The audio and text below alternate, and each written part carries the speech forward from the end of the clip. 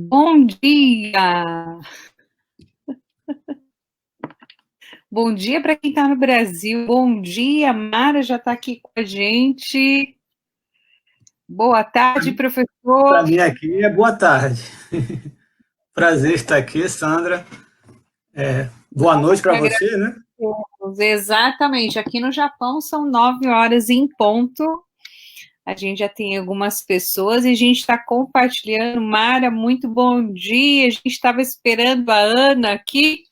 A Ana teve alguns imprevistos lá no Brasil, lá em Porto Alegre. Vamos ver se ela entra no meio da live, né? Vamos ajudar, pessoal, a compartilhar para a gente poder conversar aqui. A gente hoje tem o privilégio de estar conversando com o professor José Queiroz Neto. Esqueci do Pinheiro. Prazer é meu.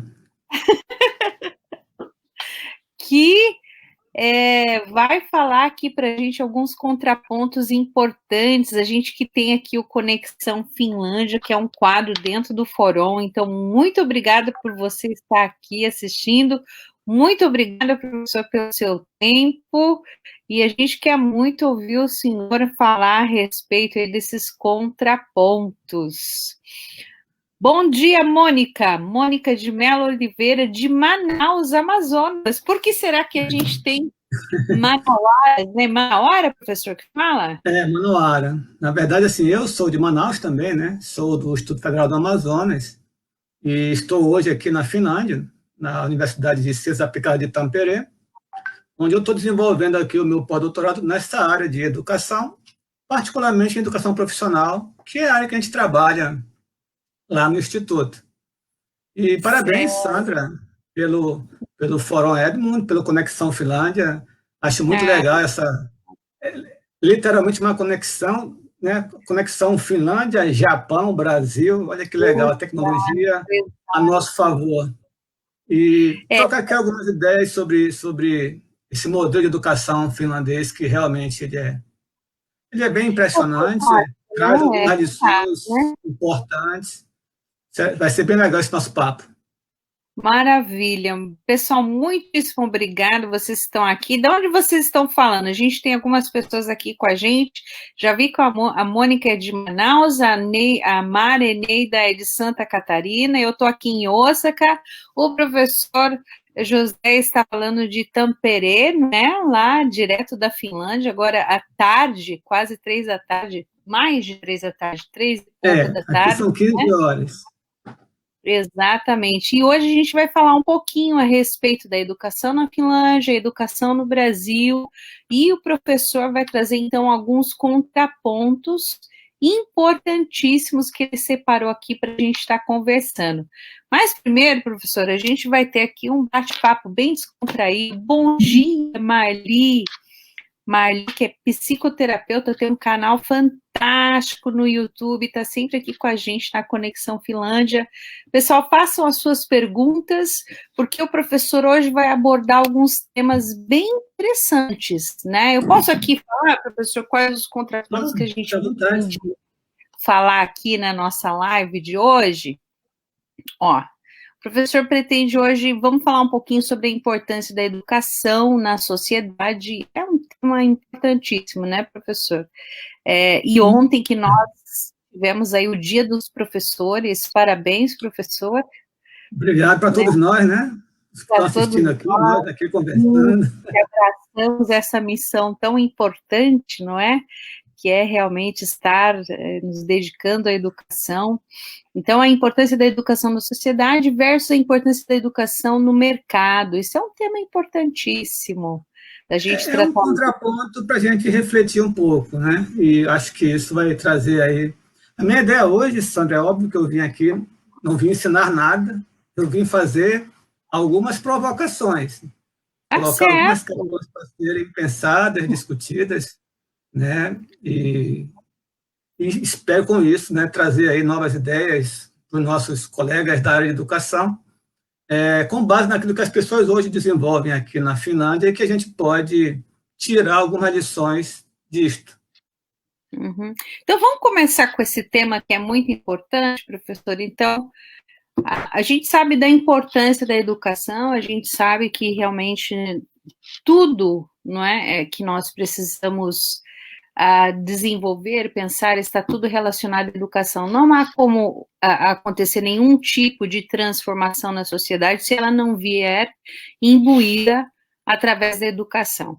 Mas aí o senhor trouxe aí realmente uma provocação importantíssima, não é? Quer dizer, então, vamos começar com esse seu primeiro contraponto. Claro. Então, É, assim, falar sobre a educação, então, em relação ao mercado, né? Hoje a gente tem um mercado muito grande, né, professor, em relação ao produto educação. Seria nesse sentido que o senhor vai trazer? na verdade, o meu contraponto seria aquilo que a gente chama de educação mais tecnicista, uma educação voltada ao mercado. Então, no Brasil, é muito comum as pessoas associarem a importância da educação como fator preponderante para a criação de mão de obra. Uma boa educação, ela é boa se ela forma bons engenheiros, bons médicos, né, bons mecânicos, engenheiros civis, bons professores também, obviamente. Então, a gente tende a valorizar ou dar importância à educação com um viés mercadológico. Em muitos casos, um viés um pouco mais tecnicista. Na Finlândia, é um pouco diferente. A importância aqui da educação ela é como um todo para a sociedade, não para a formação apenas do profissional, que também é muito importante, mas para a formação do cidadão. Então, aqui, só para você ter uma ideia, a profissão mais desejada pelos jovens finlandeses é a profissão de professor. Então, o professor aqui ele tem uma aura assim, que se sobrepõe a ele quando você vai a algum lugar. Quando eu vou em algum lugar que eu digo que eu sou professor, eu percebo que as pessoas tratam com mais reverência. Então, a sociedade como um todo, ela dá uma importância muito grande para a educação. Não é o governo, não é as escolas, é o cidadão comum, ele entende da importância. E tem um histórico por trás disso. A Isso Finlândia... eu ia já perguntar, por que no Brasil isso não funciona, né, professor? A gente tem tido contato com a Organização Brasileira dos Pedagogos, e é uma coisa que eles sempre debatem essa questão da não valorização do professor, que começa até pelo profissional. O próprio Sim. profissional, ele não consegue enxergar o seu próprio valor. Então, o senhor pode falar um pouquinho por que isso ocorre, né? Eu diria que isso é um pouco cultural, né? Isso é um pouco cultural e também perpassa por políticas públicas que precisam incentivar a questão que envolve todo o entorno da educação, a valorização do professor, a valorização das escolas, a valorização dos técnicos que atuam nas escolas, a valorização de uma educação cidadã, uma formação humana integral, ou seja, eu preciso formar a pessoa. O profissional está dentro do contexto da pessoa. E nós não temos ainda essa visão em toda a sociedade. Algumas pessoas têm esta visão, alguns educadores têm esta visão, mas a sociedade como um todo não tem. É muito comum no Brasil, se você perguntar, ontem, por exemplo, que foi dia do professor, né? O que você acha do professor? O professor é a profissão mais importante do mundo, né? Sem o professor, nós não temos as outras profissões e tal.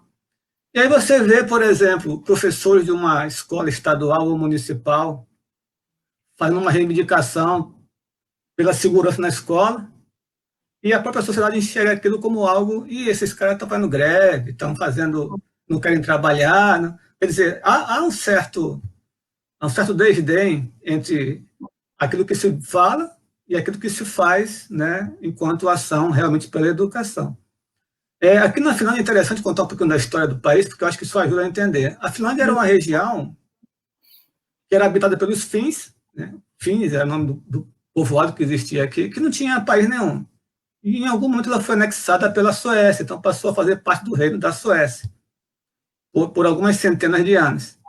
E quando o reino da Suécia enfraqueceu um pouco, a Rússia veio e tomou a Finlândia. Aí a Finlândia passou a ser parte da Rússia. Finlândia, Lândia, é terra, né? Terra dos fins, né? Por isso que o nome ficou Finlândia.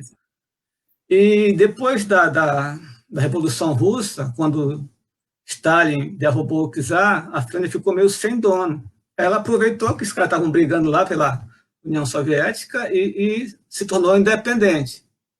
mas por pouco tempo, porque depois que a União Soviética foi criada, Stalin voltou e tentou ocupar de novo a Finlândia. Então teve uma guerra até famosa, chamada de Guerra do Inverno, porque a Rússia tinha um exército gigantesco, muito bem armado, com muitos tanques, muitos aviões.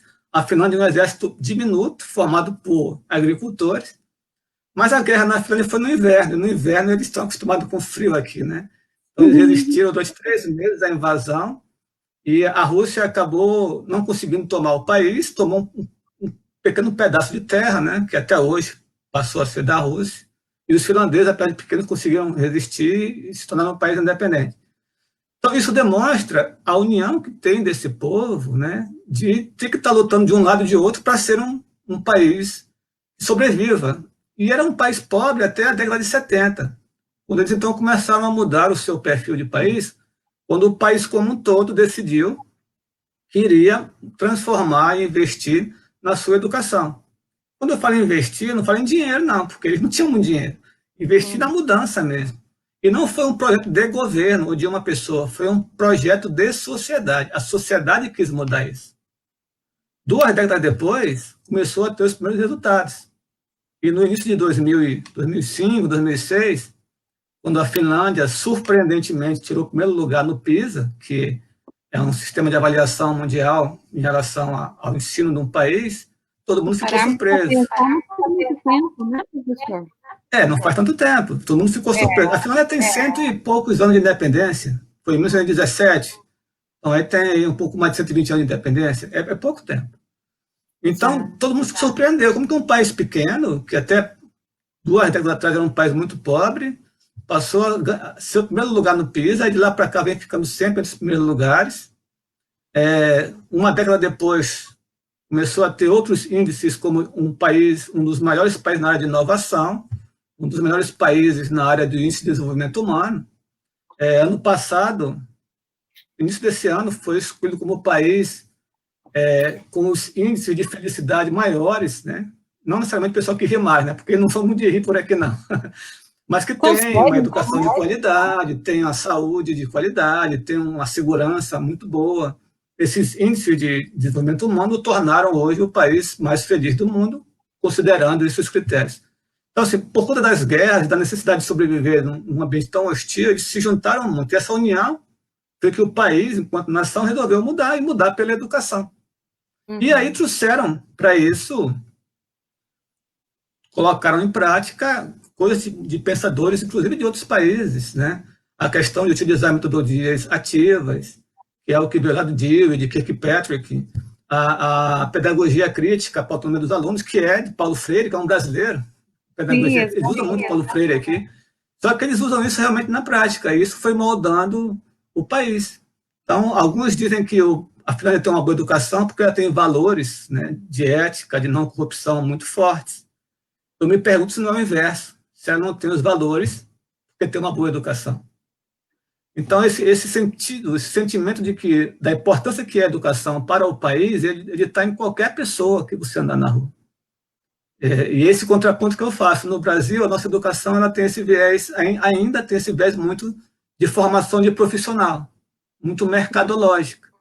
Aqui não, aqui é educação de formação de cidadão, de formação de um país. Essa formação, né? Professor, acho que tem. Eu estou ouvindo. Eu estou ouvindo bem. Deixa eu ver se a gente está com os aparelhos aqui. Achar um pouquinho, porque eu estou ouvindo um eco. Se tiver alguma coisa ligada, você pode ligar aí, tá bom? Mas eu acredito, professor, que essa educação realmente voltada para o mercado é uma educação que começa lá na Revolução Industrial, não é? Ou seja, nós começamos a ser preparados para sermos operários, para sermos pessoas que vão servir, então, a essa nova demanda de uma mão de obra, não é?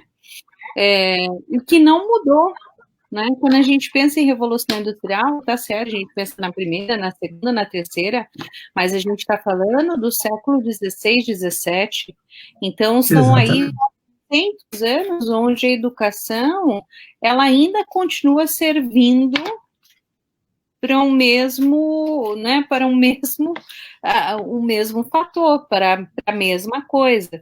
Então, vem a Finlândia e ela, quer dizer, ela dá uma viravolta, não é? Porque quando a gente pensa na educação finlandesa, é até interessante, porque o senhor sabe, a gente está no Japão, e o Japão é conhecido por sua educação, que é claro, a educação asiática é muito da repetição, não é?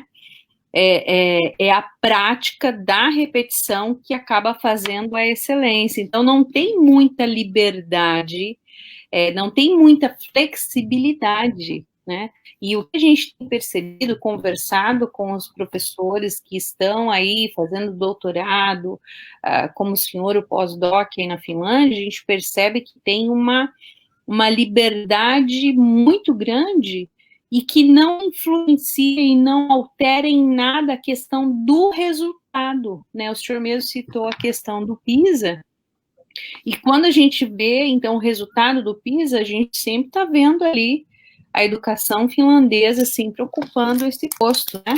Então, isso traz, Sandra, há um outro contraponto que eu queria colocar aqui, que explica um pouco disso, que é a aprendizagem centrada no aluno versus a aprendizagem centrada no professor. Então, aqui na Finlândia, já há muitos anos, eles chavearam isso. A aprendizagem centrada no aluno. Está muito baseada em confiar que o aluno tem capacidade de ser o responsável pela sua aprendizagem. E aí, com isso, vieram todas as metodologias ativas que dão esse viés. E no Brasil, ou no Ocidente, ou na maioria dos países, mesmo que estão nas suas reformas, o processo de ensino-aprendizagem é muito centrado no professor. O professor é o dono do conhecimento e que vai passar ou transmitir aquele conhecimento para o aluno. Isso funciona, né, em um e outro grau, mas, no geral, isso distancia o processo de ensino-aprendizagem nessa relação professor-aluno. Veja, hoje, você tem acesso a conteúdos na palma da sua mão. Você vai ensinar numa aula de geografia sobre as datas históricas aqui da Finlândia, que foi no 1917 da independência, o cara procura no Google lá, ele vai ter isso na palma da mão. Então, assim, a gente precisa trocar esses conteúdos, que são facilmente acessíveis hoje, por entender para que servem esses conteúdos. O que eu uso deles na minha vida real. O que a gente chama de educação significativa. Eu preciso mostrar para o aluno que aquilo que ele está aprendendo, não somente o que eu estou ensinando, mas o que ele está aprendendo, tem significado na vida dele. E aqui na Finlândia, então, eles trabalham muito com a educação centrada no aluno. E aí usam algumas metodologias como Project-Based Learning, aprendizagem baseada em projeto, aprendizagem baseada em problema, Learning by Doing, aprender fazendo, né? Fazer sozinho. O Design Thinking, né? Que o senhor disse que é muito Design Thinking, que é uma metodologia para inovação muito boa. Eu lembro que uma vez eu estava assistindo aqui, vou contar aqui alguns causos que é bem interessante. Por favor.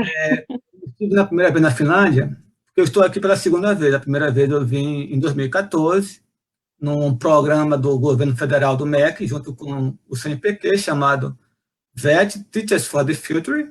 VET é uma sigla para o treinamento em educação vocacional, educação profissional. E eu fui da primeira turma, foram 3 turmas, e a gente teve aqui 6 meses fazendo um curso sobre educação profissional e também aprendendo um pouco sobre a educação finlandesa. E fazia parte... peso aqui, viu? E fazia parte dessa pesquisa, você assistia algumas aulas. Certo. Então, eu fui uma vez assistir uma aula do professor, a gente pedia licença, né? Fui assistir uma aula do professor, e a aula era sobre equipamentos de aquecedores. Né? Em Manaus não tem aquecedor, em Manaus tem ar-condicionado. Né? Aqui são aquecedores. E a aula não começou com o professor dizendo o que é um aquecedor. A aula começou com o professor perguntando: alguém tem aquecedor em casa? Como é que é o teu aquecedor? E como é que é o teu? Como é o teu? Pessoal, se reúnam em equipes e vocês vão ter aí 1 hora para discutir sobre o que é um aquecedor na casa de vocês, e depois cada um vai mostrar aqui o que é o seu aquecedor e como é que funciona um aquecedor. Quer dizer, ele não deu a aula, ele passou para os alunos construírem a aula. E ainda aconteceu uma coisa mais interessante. Estava eu e um colega meu da instituição, da universidade, e a gente assistiu essa 1 hora de aula, E aí os alunos, eram uma aula noturna, os alunos pediram se poderiam se reunir no refeitório enquanto comiam alguma coisa. E aqui na Finlândia você pode reunir no curso superior onde você quiser, no refeitório, na biblioteca, eles têm alguns espaços, no corredor tem mesa para você estudar e tal. E aí eles foram para o Começa refeitório. pela arquitetura, né? Essa liberdade no Liberdade, aprendizado. eles têm autonomia para poder construir esse aprendizado. E aí eu comentei com o meu colega, se rapaz, se fosse lá em Manaus, esses alunos eles iam embora, não iam voltar mais não, eles iam para o lanche dali para casa, de noite. Vamos lá dar uma olhadinha? Eu fui olhar, né? Curioso, fui lá descer. Eles estavam todos sentados na mesa, comendo e discutindo sobre o trabalho. Quer dizer, então o aluno é dado a ele de autonomia e ele sabe usar essa autonomia. Ele entende que é importante para ele aprender. É aquilo que eu falo, que a educação ela é valorizada por todos, por professores, por alunos também. Então, ele sabe da importância de fazer aquela tarefa. Então, ele não vai embora sem fazer a tarefa. Para ele é um negócio impensado. Eles estavam comendo, discutindo sobre o trabalho. Não era sobre futebol, não era sobre o Flamengo e Vasco, não era sobre política, era sobre o trabalho. O senhor está falando, é um grupo a nível universitário? Era um grupo de curso de tecnólogo. Um curso superior de tecnólogo. Sim. Aluno trabalhador, que vinham do trabalho e à noite tinham a aula nessa turma. Uhum. Então, assim, e aí os alunos voltavam e aí falavam sobre o conteúdo. E o professor atua muito mais como um mentor, né? No Brasil, algumas pessoas usam o termo coach, né? Eu não gosto muito do coach porque o coach remete um pouco àquele coach mais business, né? Eu prefiro utilizar o mentor, a mentoria, né? E eles trabalham muito isso, com mentoria e tal, e o aluno é o responsável, na prática, pela construção do seu conhecimento. É uma autonomia que lhe é dada e eles recebem essa autonomia e fazem jus a ela. Quer dizer, é uma combinação muito interessante, muito bacana. Claro que nós estamos muito longe disso no Brasil e outros países que a cultura de formação é bem diferente. O professor manda ou não obedece. Mas é um ponto a se pensar a respeito. Eu sei que não está ali, a gente não falou sobre isso, mas, por exemplo, quando a gente pensa na educação japonesa, o que vem à mente das pessoas é a sistemática e a disciplina, né? Então, a gente vê, realmente, eles são ensinados desde pequenos a serem disciplinados, não é? E aí, por exemplo, durante a pandemia, os alunos tinham que se responsabilizar pelo seu próprio estudo, porque os professores entregavam cópias para eles poderem estudar. Então, eles tinham que ter essa disciplina, né? Então, o senhor está falando desse grupo, quer dizer, então, a disciplina chega a ser intrínseca, o finlandês tem essa disciplina intrínseca para poder estudar, esse compromisso com a educação que muitas vezes falta no aluno brasileiro, que vê muitas vezes a tarefa como, isso é muito boring, né? Quer dizer, isso é muito chato. Quer dizer, é sempre uma coisa imposta, e eu sei porque a gente já passou isso em sala de aula, eu dei aula para alunos do ensino médio muito tempo, então nem sempre a tarefa é interessante, ela é entediante, ele faz porque ele é obrigado, né? Então, será que falta isso, professor? Falta essa autodisciplina nos nossos alunos? Por que funciona aí? Falta, eu diria que falta, mas eu diria que a gente pode e deve induzir isso, né? Acho que a gente tem que trabalhar, as nossas aulas elas precisam ser mais motivantes. Sim. Porque você conseguir motivar um aluno, né? Eu digo que um bom professor, ele não é aquele que só ensina, ele é aquele que inspira. Aquele que o aluno fica, tô doido para assistir a aula do professor Pinheiro porque a aula dele é legal. Eu tenho que levar o aluno a ter esse tipo de pensamento. Aqui na Finlândia, como eles fazem isso desde pequenos, então para eles não é um problema. Dedicar-se ao aprendizado de maneira mais autônoma é algo natural para eles. E aqui eles têm uma coisa muito interessante. A aula tem que ser uma coisa para se divertir. A aula aqui não é para ser um negócio chato, pesado, né? Tem que ser uma coisa que as pessoas gostam de fazer. E eles gostam. Então, assim, é uma combinação muito boa, realmente. E tem algumas coisas que isso, né? Por exemplo, o uso de metodologias ativas, motivação, aulas em ambientes que são mais coloridos, que são mais divertidos, aulas fora de sala de aula, né? Você tem curso aqui, por exemplo, um curso na área de de mídia, que o curso é dentro de uma emissora de TV. Que Na emissora de maravilha. TV tem lá 2 salas de aula, para quando tiver ter alguma aula mais normal, porque aqui também tem a aula mais tradicional, ela também existe. Ela só não é a maioria, né? Ela também existe. E, então, assim, são coisas desse tipo. Então, você está ali no dia a dia. É uma formação muito para algo que o aluno entende e percebe que é importante para ele, porque é muito próximo do seu dia a dia.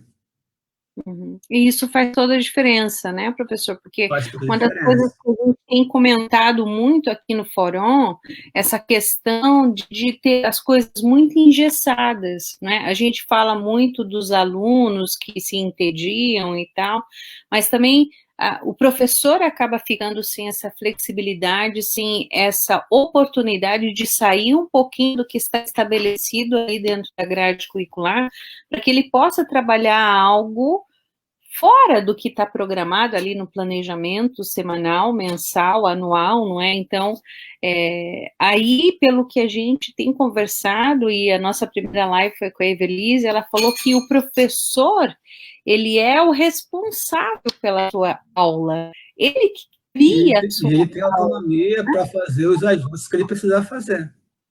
Exato, então isso também é um fator assim muito interessante. Por quê?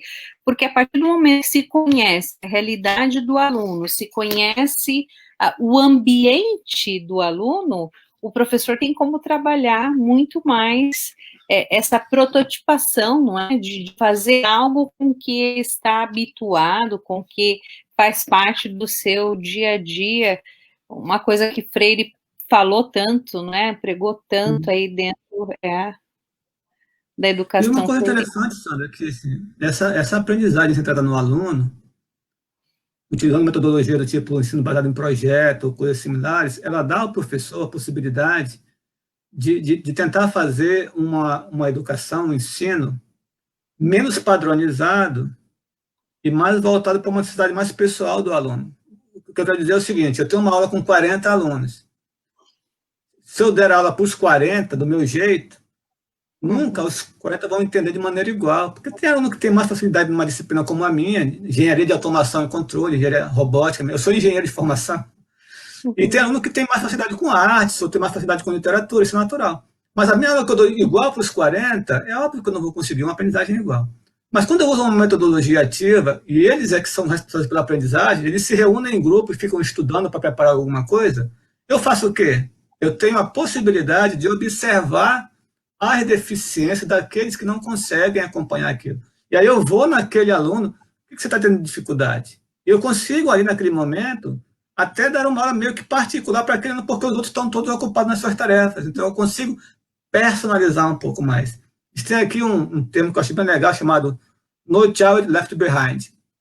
Ele diz o seguinte: nenhuma criança será deixada para trás. Eles não estão preocupados com o melhor aluno. Então, no Brasil, eu sei porque eu fiz isso. Eu, como professor, adorava os bons alunos, né, os da frente.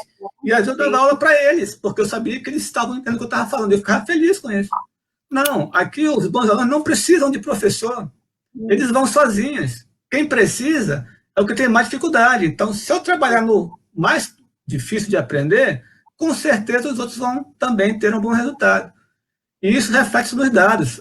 A Finlândia, no PISA, não só está entre os melhores notas dos países, como também está entre os menores distâncias de uma escola para outra. Um aluno numa escola em Helsinki tem uma nota tão boa quanto um aluno numa escola na Lapônia, que fica no norte da Finlândia, já no Círculo Polar Ártico.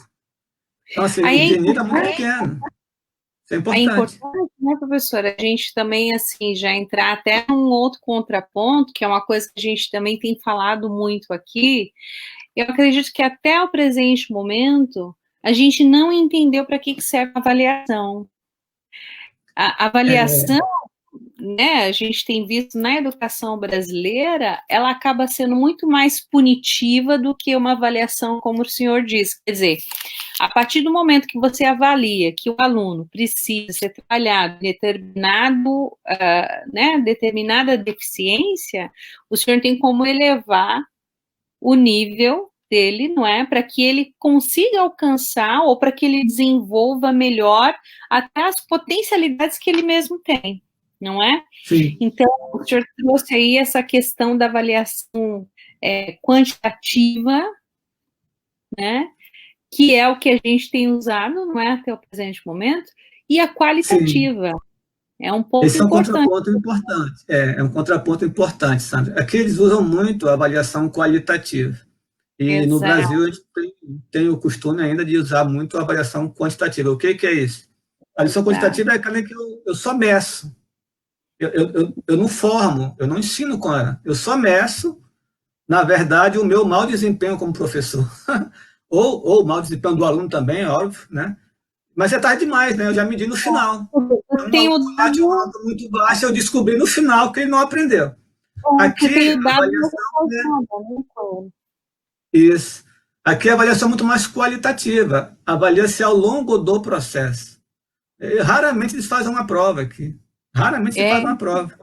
Normalmente você faz como você utiliza muito a aprendizagem baseada em projeto, você faz um projeto, você avalia ao longo do projeto, e no final eles apresentam o resultado. É muito comum o professor pedir para que os demais alunos avaliem a equipe. Então a equipe está lá apresentando, os outros alunos é que perguntam, não é nem o professor. Isso aqui, como é que você fez? Como é que você fez? E dali o professor vai vendo e no final ele dá uma nota e pronto. Ou faz uma autoavaliação, ele pergunta da equipe quanto vocês devem receber. E eles não pedem 10, não. Eles, não, professor, a gente não foi bem, não, acho que deve ser um 7 ou um 8. E ele vai. Então, assim, é muito correta a postura do aluno, quando indagado sobre isso, e a do professor também em relação à nota, mas eles não se preocupam com nota, eles se preocupam com a aprendizagem. E aí a avaliação formativa, nesse sentido, ela é fundamental, porque ao mesmo tempo que você usa ela para acompanhar o processo e não medir no final, você forma, né? Quando eu faço uma avaliação usando um projeto, o aluno aprende ao longo do projeto que está desenvolvendo, ele tem que saber os conteúdos, ele vai atrás dos conteúdos para fazer o seu projeto, então ele está aprendendo, e eu vou medindo ao longo do processo. Então, no meio do projeto, eu tenho lá uma apresentação sobre como é que está naquele momento o projeto, eu vejo as dificuldades, né? Outros alunos participam disso, às vezes pessoas de fora participam disso, dando a sua posição quando é algum curso de formação profissional, que é a que eu estou aqui pesquisando, né? Chama alguém numa empresa para avaliar. Então, assim, nós já temos muito lance da prova, né? Principalmente nas disciplinas mais que a gente chama de ciência dura, né? Na física, na matemática, né? A matemática eu ensino, no final faço uma prova para ver se eu não aprender aquilo que eu ensinei. Mas a gente faz isso há 200 anos. Está na hora de inovar, está na hora de fazer diferente. Por que eu posso fazer um projeto que ele aprenda a matemática num projeto e eu possa medir isso ao longo do processo? Aí tem que vir a criatividade brasileira, e nós somos muito criativos, capazes de fazer isso. Tem que ter a flexibilidade dos processos burocráticos que nós temos nas escolas, do professor ter autonomia de fazer essas coisas também, e tem que se investir na formação do professor. É um ponto que eu acho que é fundamental também. Uhum. A gente tem aqui algumas pessoas aqui no nosso canal do YouTube, tem comentado aqui, olha interessante. O Vitor fala assim, o Vitor Padilha, Pinheiro, acharia interessante de aprofundar na educação básica na Finlândia.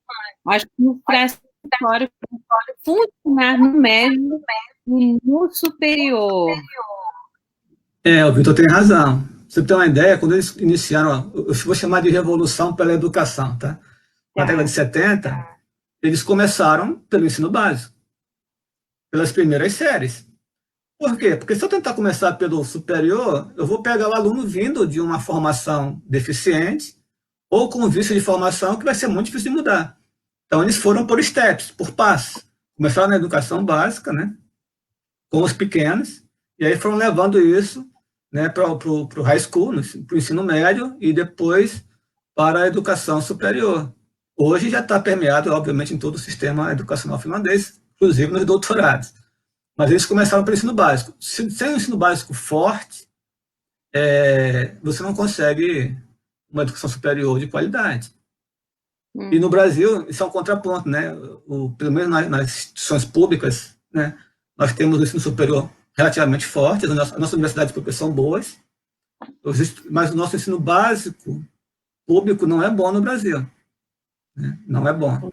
De primeira a nona série, que são das prefeituras, é onde talvez tenha menos recursos, mais dificuldades, e o ensino médio, que é do Estado, também realmente não tem a qualidade necessária. E aí, por mais que a universidade seja boa, você recebe um aluno com uma série de deficiências, e a gente tem, óbvio, a missão de sanar essas deficiências e fazer disso um bom profissional.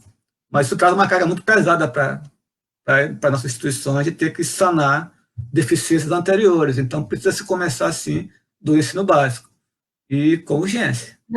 Na sua opinião, professor, falta o quê? Falta um diálogo entre o município, entre o Estado, entre o Estado, que seria o federal, porque como cada um fica responsável e a gente conhece realmente a deficiência, né, da educação básica, a começar pela qualificação, né, melhor preparo dos professores, ou realmente por não ter a consciência, não é?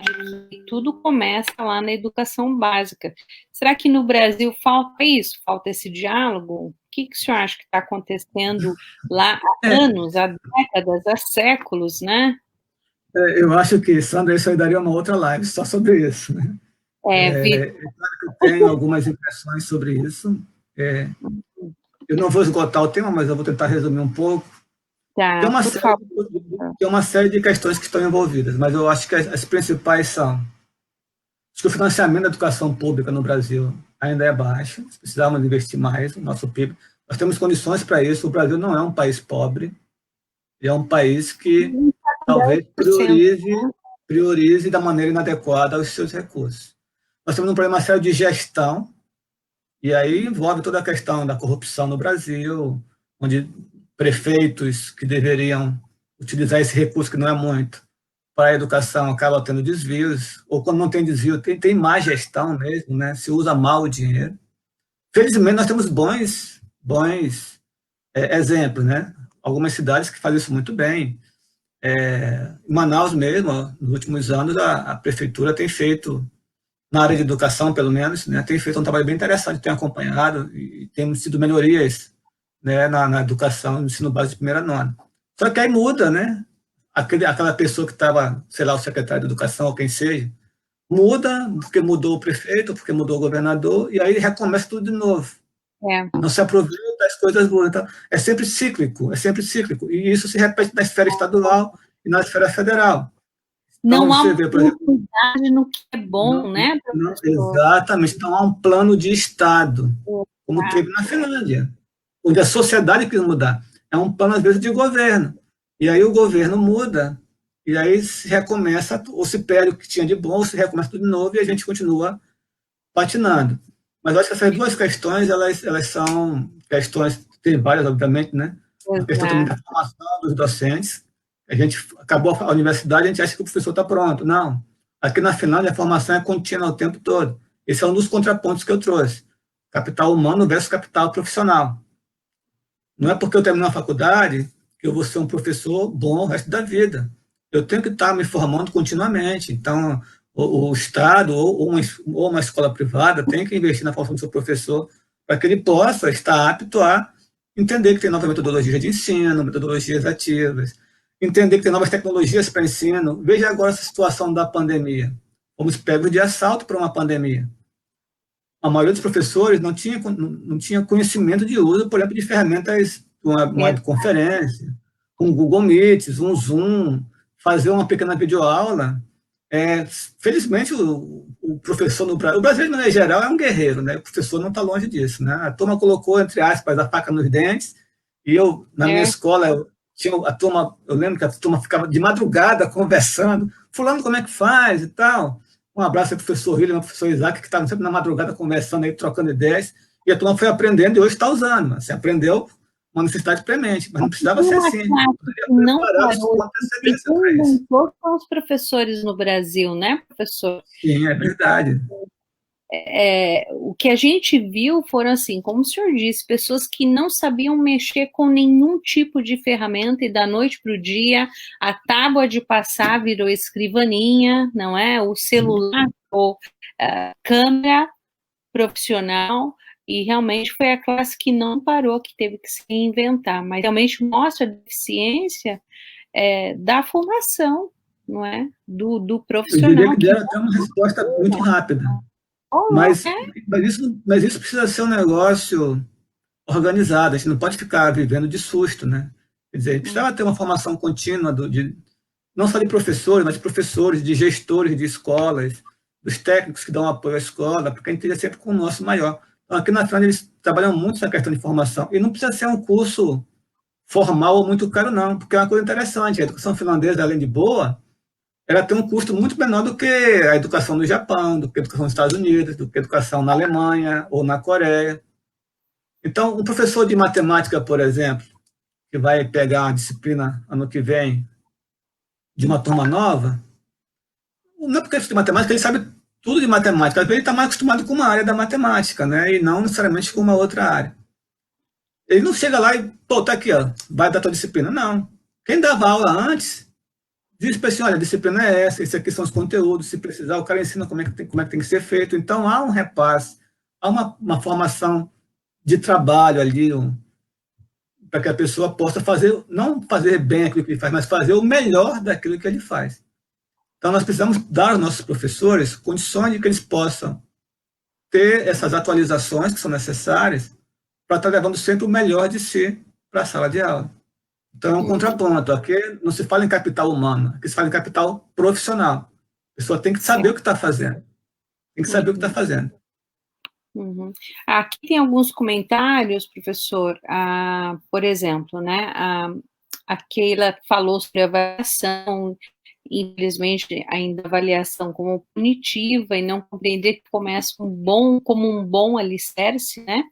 A Alessandra está falando aqui, olha, trabalho com formação continuada em serviço com professores improbatórios e perceba a dificuldade de aplicar seus conhecimentos aprendidos na prática em sala de aula. Então, o senhor estava falando agora há pouco dessa formação continuada, que é o lifelong learning, né? Quer dizer, não é uma educação que vai findar com o seu diploma, ou vai findar com, né? Mas que é para toda a vida. Afinal de contas, hoje está com um boom de informações que se realmente a gente não continuar estudando para entender a sistemática, para entender realmente não fragmentado, né? Então, é também algo que não está ainda na nossa cultura brasileira, essa questão de que não existe fim no aprendizado, né? Mas, Interessante. a Alessandra está falando, mas tem uma dificuldade, mesmo do professor que se prepara, de aplicar os conhecimentos aprendidos na prática em sala de aula. Sim, tem. E é uma coisa que é um pouco difícil de resolver, mas veja, não deveria ser, porque não é o que gasta dinheiro. Você vê, nós temos professores que poderiam muito bem estar fazendo pequenos cursos para outros professores mais novos. Mas o que eu percebo é que, às vezes, até quando você oferece um curso, o colega professor também não quer fazer, ele não entende que ele precisa de uma atualização. Por quê? Porque ele entende que o que ele tem que fazer é reproduzir em sala de aula aquilo que ele viu na faculdade. Então, é algo realmente de se mudar a cultura, né? Tem que ter um novo mindset, tem que quebrar o paradigma. A gente precisa entender que educação é dinâmica, né? Ela está ali o tempo todo, é um negócio que não é estanque. Não dá para eu pegar aquele meu caderninho amarelo que eu uso há 10 anos dando a mesma aula. Não dá para pegar meu PowerPoint que eu fiz há 5 anos atrás e continuar dando a mesma aula. Ela tem que evoluir junto com a sociedade, porque a sociedade evolui. Senão eu vou ter um professor desatualizado, com um aluno super atualizado, e ele vai olhar para o professor e vai assim, o que eu estou fazendo aqui? Eu não preciso disso. Isso que ele está dizendo aí, eu aprendo sozinho. Beleza, então se ele aprende sozinho, melhor, vamos utilizar isso a nosso favor. Exato. Vamos fazer com que ele aprenda melhor, que ele aprenda e que ensine. E aí vem um outro contraponto que eu trouxe, que é sobre a questão da colaboração e da competição. Então, aqui na Finlândia, se trabalha muito a questão da colaboração. Eu acho isso fantástico e muito diferente do Brasil e do mundo, onde você trabalha muito a competição. É muito comum você, na educação, ou até na vida, né? Você vê como os americanos, né? O americano ser o número 1 é o fantástico, né? Não ser o loser, o perdedor, que é o... Não, na Finlândia ninguém está preocupado em ser número 1, não tem nenhum aluno aqui que não seja o melhor aluno. Ninguém está preocupado em tirar 10.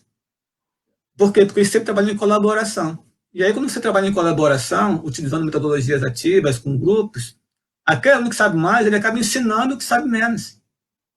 Por quê? Porque a equipe dele tem que ir bem. Então, não tem problema. Eu ensino a parte que eu sei para você, você me ensina a parte que você sabe, e a gente constrói junto a aprendizagem. E o professor fica monitorando para poder moldar o conhecimento. Então, você não tem aqui quem fizer o maior trabalho ganhar um ponto extra, não, porque não quer incentivar essa competição. Né? Eu lembro que eu fazia muito isso com o professor, né? Eu chamava de competição saudável, né? Botava uma cenourinha para o pessoal ir atrás. Eu descobri que eles só faziam as coisas porque eles queriam ganhar o ponto. Não, isso não é bom. Ele não tem que querer aprender para ganhar o ponto. Ele tem que querer Será que aprender porque é importante para a vida dele.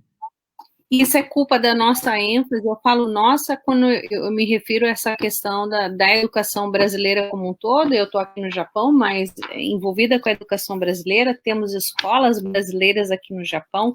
Fora do Brasil, é o único país que tem escolas homologadas pelo MEC. Nós fomos já 110 escolas homologadas pelo MEC. Hoje, depois da crise do Lehman Shock, reduziu, devemos ter aí metade, né? Então, será que isso é culpa? Bom, primeiro começa lá na avaliação, que a gente acaba avaliando somente pela lógica matemática e desprezando as outras inteligências, não é? Porque está no currículo, porque a gente tem que avaliar, né? E será que é essa ênfase, professor, na questão da tal da meritocracia, na questão da ênfase do resultado e não do processo? Pois bem, tem uma série de fatores que atrapalham isso, Sandra. Primeiro, parabéns pelo trabalho excelente que você faz aí no Japão. Muito bom saber que tem essas escolas homologadas. Acho que isso é Sim. fundamental. Mas tem uma Completamos série de 20 questões. escolas aqui, do Olha, início da escola olha, no Japão. que legal, parabéns. Mas, assim, eu entendo que a gente instiga essa competição, mas também você tem um fator externo que pesa bastante. O que é o fator externo? A Finlândia é um país muito igualitário. Então, aqui os desníveis sociais são muito baixos, na verdade. No Brasil, nós temos um desnível social muito grande. Então, eu preciso ser competitivo e ser o melhor para poder ter condições de entrar numa universidade, porque se eu tiver uma universidade, eu vou ter um emprego que vai ganhar 10 vezes mais do que se eu não tiver uma universidade, por exemplo. Na Finlândia, não. Você tiver um bom curso técnico, você vai ter um salário digno para você viver bem. O médico não ganha 20 vezes mais do que ganha um motorista de ônibus, por exemplo. Ganha às vezes, 2 vezes mais, se muito. Então, você tem uma pressão menor em relação a isso. Você tiver uma boa formação, independente de você ser um médico ou um motorista de ônibus, você vai ter uma vida boa aqui. Você vai ter um salário digno e vai ter uma vida boa. No Brasil, se eu não fizer uma faculdade, a tendência, né, é não ter uma vida boa, porque eu vou ter dificuldade de conseguir um bom emprego. É o que é colocado. E nós temos no Brasil 10% na universidade, se muito. Então, isso leva à competição. Aqui na Finlândia não tem vestibular. Quem quiser aqui faz uma faculdade, não tem vestibular. Todo mundo que precisar fazer tem vaga. Eles se preparam, eles verificam quantas pessoas estão no ensino médio, se E programam e se preparam para que todos possam acessar a universidade. E lhe digo mais, fazem mais de uma vez. A pessoa faz a faculdade, se aquele emprego que ela trabalhava, por conta de uma questão tecnológica, mudou, ele volta, faz um outro curso e vai para uma outra área de outro emprego. Então, é uma coisa muito dinâmica. Então, acho que essa pressão também da nossa sociedade quanto o Brasil, das nossas desigualdades sociais, elas levam essa pressão. Eu sou um pouco fruto disso. Eu vim de uma família de 8 irmãos, num bairro pobre de Manaus, e o que mudou a minha vida foi o estudo. Meu pai dizia isso, né? Meu filho, estude, você vai carregar a carroça. Eu botei aquilo na minha cabeça e estudei, estou aqui no meu pós-doutorado e, graças ao meu estudo, tenho um bom emprego, tenho um bom salário. Mas eu percebo que essa pressão de uma sociedade muito desigual, ela vai para dentro da escola e, obviamente, torna isso tudo um ambiente competitivo, onde quem puder mais vai na frente ganhar mais e, portanto, vale tudo para que eu consiga ser o primeiro. a escassez, né, professor? O Paulo Alexandre, ele está muito curioso aqui, ele quer saber qual é a média de alunos por turma na Finlândia, quantas turmas um professor fica responsável, professor, o senhor sabe dizer? Eu não saberia dizer em números, tá, Paulo? Mas não difere muito no Brasil, não. As turmas aqui são São algumas de grandes. 40 alunos. De Uau. 40 alunos. Do ensino básico, um pouco menor, cerca de 30 alunos. E na educação infantil, cerca de 20 alunos. Essa é a média que eu tenho visto, mas eu não cheguei a levantar esse número, então não tome como verdade absoluta, mas é nessa média. Mas não muda muito. Isso é uma coisa interessante. O sistema de ensino finlandês é muito parecido com o do Brasil. Básica, ensino médio, médio técnico, né, faculdade, a universidade ou as faculdades de ciências aplicadas, que seriam nossos estudos tecnológicos, mestrado, doutorado, não muda muito. Os conteúdos também, de certa maneira, não são tão diferentes. O curso de engenharia aqui de controle e automação tem uns conteúdos muito próximos do curso de engenharia de controle e automação no Brasil. Eu acho que o grande segredo é a maneira como eles entendem que isso deve ser ensinado. Então, está muito mais na forma, no olhar para a educação e como fazer que ela aconteça na sala de aula, do que nesses parâmetros mais externos em si. Por isso que eu acho que, apesar de nós termos uma série de distâncias culturais, de financiamento em relação a países como a Finlândia, mas tem muita coisa que a gente pode fazer sem precisar de muito investimento, só mudando o modo de pensar, o modo de olhar para a minha prática docente e utilizar ferramentas que estão disponíveis. Eles usam muito aqui tecnologia gratuita, Google Suites, blog. Tem aluno que é avaliado pelo blog. Se tem um conteúdo para fazer, olha, faz o blog, coloca no blog lá que está fazendo, que eu vou lá no blog, eu olho e eu respondo pelo blog. E o blog é Eu gratuito. fazia muito A isso, gente faz viu, isso há professor? anos. Eu fazia muito isso. Tem aí o Blogando Ciências Humanas e Sua Tecnologia, que eu trabalhava com os alunos do ensino médio, porque a gente precisa falar a linguagem deles, não é, professor? Sim, Então, assim, a partir do momento que você traz algo, não é, para a linguagem dele, para o mundo dele, o aprendizado fica muito mais dinâmico, muito mais, ele flui, né? Ele tem mais fluidez, não é? sim. Então, bom, são vários fatores, como o senhor mesmo disse, a nossa grade engessada, realmente a questão de não ter esse espaço, né, de mesmo o professor se especializando, ele fica preso, porque ainda para entrar numa universidade, ainda precisa desses números, não é? Que ele precisa fazer o vestibular, então, ou seja, uma coisa vai realmente levando a outra, e aí a gente fica nesse engessamento e não sai do lugar, não é? E não sai literalmente, né, professor? Porque cada ano que passa, Literalmente. as avaliações em relação à educação no Brasil, elas são, assim, desastrosas, né? Porque a gente não está no meio, não, a gente está lá no último, no penúltimo, né? Então, assim, isso é triste, não é? Isso é muito triste, né? Porque realmente a gente está vendo o esforço de várias pessoas para que a gente tenha um outro quadro, uma outra realidade no Brasil, e passa ano, entra ano, e aí a gente tem esses resultados, né? Será que a gente não Mas, deveria estar Sandra, muito ligado a esses resultados? O que a gente devia fazer então, né, professor? Sandra, indo já para esse finalzinho de conversa nossa, acho Isso, que é importante dizer, e você colocou muito bem, que apesar dessa distância toda que nós estamos, nós temos boas iniciativas. Acho que exato, hoje nós temos um número de pessoas pensando isso muito maior do que antes, com muito mais certeza daquilo que precisa ser feito. Mesmo na minha escola que eu trabalho, um abraço para os meus colegas do campus Manaus Industrial do IFAM, eu vejo vários colegas que já têm feito coisas fantásticas em sala de aula, né, trabalhando com metodologias ativas, trabalhando com ensino baseado em projeto, né, grupos de robótica para os alunos aprenderem robótica, participando de competição e uma série de coisas bem legais. Trabalho laboratórios maker e tal. São coisas que há 10 anos atrás eu não via na minha escola, hoje eu vejo várias pessoas reproduzindo isso. Então, isso é muito legal. Mas ainda são coisas que dependem de pessoas, né, de uma ou de outra pessoa. Não é do todo. Então, acho que quando o todo, quando o conjunto, né, quando a sociedade, pais, alunos, professores, gestores das escolas e o nosso governo se unirem em prol de uma mesma causa para fazer com que a nossa educação mude, como fez aqui a Finlândia, né, sem precisar copiar, porque o que está aqui na Finlândia, se eu pegar e levar para o Brasil, não vai dar certo, então não se deve copiar, mas aprender com algumas lições que se fizeram aqui. Então, acho que quando a sociedade entender da importância realmente da educação e valorizar a educação, valorizar o professor, aí a gente muda. Está um pouco longe disso, mas a gente está caminhando, eu acho que a bom espaço. Eu sou sempre um otimista, né?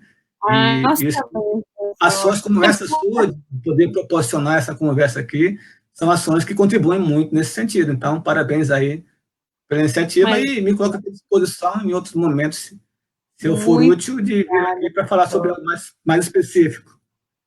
Pessoal, infelizmente o professor já tem um compromisso logo em seguida, por isso que a nossa live hoje passou tão rápido. Olha, você vê, já vai dar 1 hora, professor, que a gente está aqui conversando e tem um monte de pergunta aqui, transformação.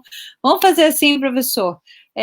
Passa para mim o seu contato, para essas pessoas entrarem em contato, para a gente continuar esse debate em um outro momento. Eu gostaria só que o senhor fechasse essa live e comentasse essa questão do capital humano e do capital profissional. O professor está faltando humanizar mais. Será que é isso? A gente precisa ver as pessoas mais como gente e não como máquina? Olha que Exatamente, eu é estou isso que eu ia perguntando para colocar. o engenheiro, hein? Eu estou perguntando isso para o engenheiro, pessoal. É bem interessante isso, Sandra. Quando às vezes eu faço alguma parte sobre isso, as pessoas têm esse impacto, né? Professor, o senhor não é pedagogo, o senhor não é professor formado, né, no seu bacharelado como professor? Não, eu sou engenheiro eletricista, tenho um mestrado e Olha, doutorado em computação. Mais de 2014 para cá, tenho estudado muito sobre educação, isso melhorou bastante a minha prática docente. Atuo como professor do mestrado em Educação Profissional Tecnológica, do IFAM, é um mestrado profissional nacional, o ProfPT, uma ação muito legal que tem no Brasil. E a gente tem discutido bastante essas questões da educação. Mas aqui é muito legal de ver que as pessoas trabalham com capital humano, quer dizer, eu não sou apenas uma peça no jogo do tabuleiro, eu sou uma pessoa. Então, assim, eles trabalham muito em times, se ajudando, se colaborando, se respeitando, isso é fundamental. Então, eles trabalharem em time, aqui é time tudo que é lado, isso dá uma força muito grande. Eu fui assistir uma aula do professor de física e 3 professores contribuíram na aula, era uma aula prática. Então, o professor de física falou sobre os conceitos do que seria aquela aula prática, né? E aí eu estava assistindo a aula. Aí ele pediu de se apresentar o professor de matemática. O professor de matemática foi lá e deu para o pessoal os fundamentos da matemática que estava por trás dos cálculos que eles iam fazer. A questão de velocidade, de corpo se movimentando e tal. Então deu, né, uma relembrada para o pessoal sobre a matemática. Agradeceu, falou 15, 20 minutos, saiu. Eles fizeram a prática da física, era no laboratório de física. E quando terminou a prática, a professora da área de literatura foi mostrar para eles como escrever o relatório. Então, 3 olha aí. professores contribuindo numa mesma aula. E assim, sem precisar de muito estresse. Ele chamou o colega, tu pode ir na minha aula lá para falar sobre isso? Não, eu vou, não tem problema. Colega, tu pode, não, eu vou. E eles fazem isso o tempo todo, se preciso for. Então, não é aquele negócio cada um no seu quadrado, né? Cada um no seu espaço, não. Não tem o eu, não tem o tu, é sempre o nós. Então, eles trabalham muito em time. Então, isso que eu quis colocar como contraponto, o capital humano, humanizar nossas relações de trabalho na educação, em relação ao capital profissional. Não me adianta, não me é útil ter o super professor bambambam bam, bam numa turma e ter um outro professor com deficiência na turma. A turma vai ficar deficiente. Precisa ter um time de professores muito bons. Uns colaborando com os outros, os mais antigos emprestando aos mais novos a sua experiência, os mais novos emprestando aos mais antigos as novidades que eles trazem consigo. E aí essa sinergia, nossa, é uma força fantástica. Que maravilha. Professor, muito, muito obrigada. O senhor volta uma outra vez? Faltou tanta coisa para a gente falar. Volto Por sim, favor. volto sim. Pessoal, muito obrigado pela presença de vocês. Infelizmente, realmente, o professor tem um compromisso. Ele deixou aqui o e-mail dele. Eu posso passar, professor, o Claro, e-mail? pode ser, fica à vontade. Pessoal, então vamos fazer o seguinte: o professor vai voltar. Vamos ver como é que está a agenda dele, não é? Para a próxima semana ou a outra semana, o senhor me diz. E vamos comentar um pouquinho da matemática no nosso currículo, da educação básica, né? Então, para a gente realmente estender um pouquinho mais esse assunto. Pessoal, tem aí pinheiro, ifam.edu.br, entre em contato com o professor e já manda ali o que você quer ouvir na próxima live, tá? Professor, gratidão, gratidão. Aqui também no for on, para frente, para adiante, o pronome que prevalece aqui realmente é nós, né? Eu acredito que mesmo num pequeno grupo a gente consegue fazer grandes mudanças, porque grandes mudanças começam pequenas em algum momento. Então, aqui nós somos essa sementinha, contando com outros semeadores como o senhor, para realmente fazer algo aí em prol da educação brasileira, não é? E no mundo, deixa eu ver, o senhor está aí na Finlândia, eu estou aqui no Japão, e temos várias outras pessoas nos assistindo de várias partes do mundo. Muitíssimo obrigado, professor.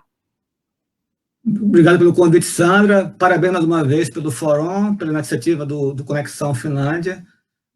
Você não tem ideia de como isso é bom para a discussão das pessoas. Quem não pôde assistir agora, talvez ao vivo, até pelo horário, né? Vai poder ver depois o vídeo e vai estar lá no nosso canal. A gente combina uma próxima vez. Forte abraço. Pessoal, obrigada. A gente volta na próxima semana. Obrigada, professor. Até mais. Até mais.